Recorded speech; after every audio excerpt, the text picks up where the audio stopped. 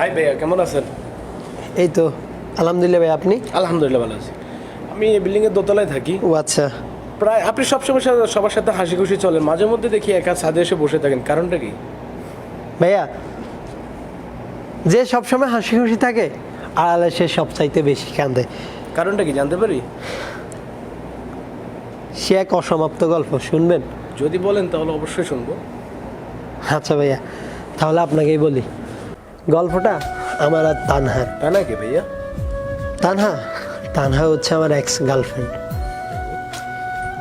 সময়টা 2018।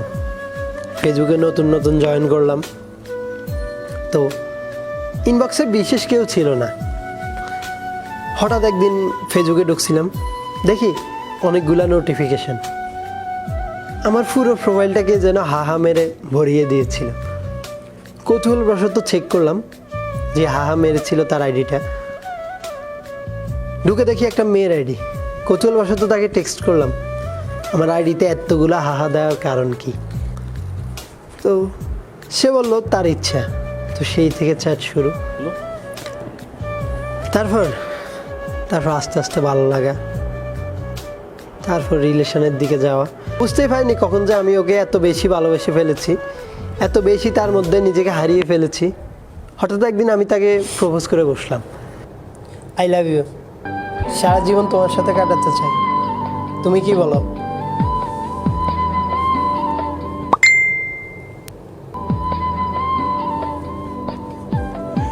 কালকে জানাই আপনাকে। তারপর সেই কাঙ্ক্ষিত আগামীকালটা কখন আসবে আমি শুধু সেটাই ভাবতেছিলাম।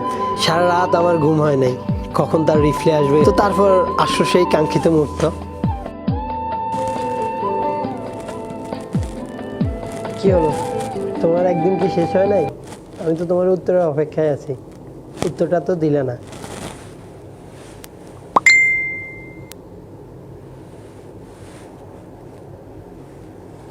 I love you too. সারা জীবন তুমি আমার পাশে থাকবে তো? লাভ ইউ টু বাবু, সারা জীবন পাশে থাকবো, সারা জীবন দুজন দুজনকে ভালোবাসবো।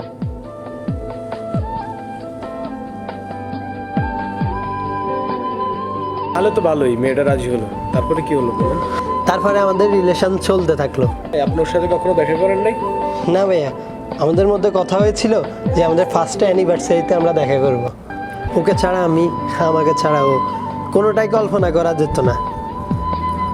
দুজনে যদি একজন আরেকজনের সাথে একদিন কথা না বলতাম, তাহলে ছাতক পাখির মতো ছটফট করে বেড়াতাম।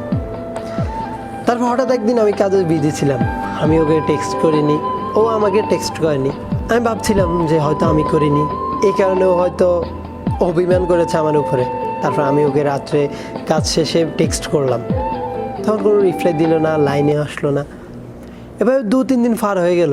এইদিকে আমার অবস্থা প্রায় পাগল প্রায়, কারণ আমি ওকে ছাড়া কোনো কিছুই কল্পনা করতে পারতাম না। তো আমি মেসেজের উপরে মেসেজ, টেক্সটের উপরে টেক্সট দিতেই থাকলাম, কিন্তু কোনো রিপ্লাই আসলো না। তো হঠাৎ একদিন একটা ভয়েস আসলো ওর আইডি থেকে। আমি তোমাকে ভালোবাসি না, আমি কখনোই তোমাকে ভালোবাসিনি। তুমি নামক কোনো বস্তু আমার জীবনে ছিল, সেটা আমি ভুলেই গেছি। তুমিও ভুলে যাও যে আমি নামক কেউ একজন তোমার জীবনে ছিল। তোমার সাথে আমার রিলেশন রাখা পসিবল না, সরি। আসলে ভাইয়া, নারী জাতটা এমনই, তারা ভালোবাসা নিয়ে খেলতে পছন্দ করে। ভালোবাসাটা তাদের কাছে একটা খেলার পুতুল। ওই দিনে ওই ঘটনার পর থেকে আপনি এখন যা ভাবছেন আমিও তা ভাবছিলাম। নারী জাতটা ভালোবাসতে জানে না, নারী জাতটা আমাদের মন নিয়ে খেলা করে। কিন্তু ভাইয়া, প্রতিটা কাহিনীর পিছনে একটা করে গল্প থাকে, তা হয়তো আমাদের অজানা থেকে যায়। ভালোই হতো যদি গল্পটা ওইখানেই শেষ হয়ে যেত। অন্তত নারী নামক জাতটার প্রতি ঘৃণা নিয়ে বাগে জীবন কাটিয়ে দিতে পারতাম। তারপরে কি হলো? তারপরে এইভাবে 2-3 মাস কেটে গেল। নিজেকে নিজের মতো গুছিয়ে নিচ্ছিলাম, আবার নতুন করে সব কিছু শুরু করছিলাম। হঠাৎ একটা আইডি থেকে একটা ভয়েস আসলো,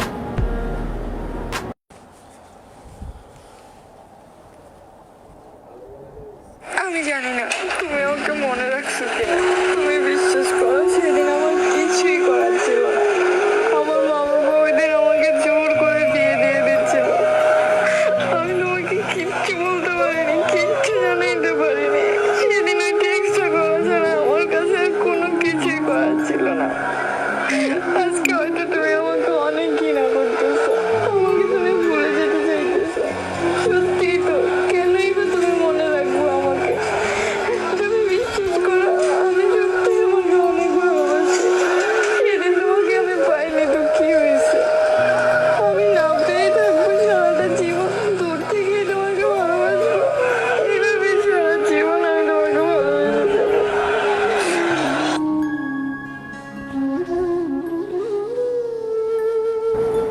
আসলে ভাইয়া ভালোবাসলে যে পেতে হবে এমন কোনো কথা নেই।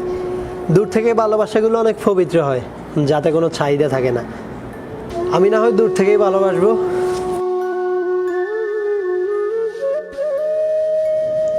এভাবেই পরিবারের কাছে হেরে যায় হাজারো ভালোবাসা।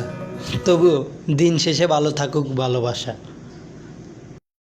ওরা মনের গোপন চেনে না, ওরা হৃদয়ের রং জানে না। প্রজাপতি ডানা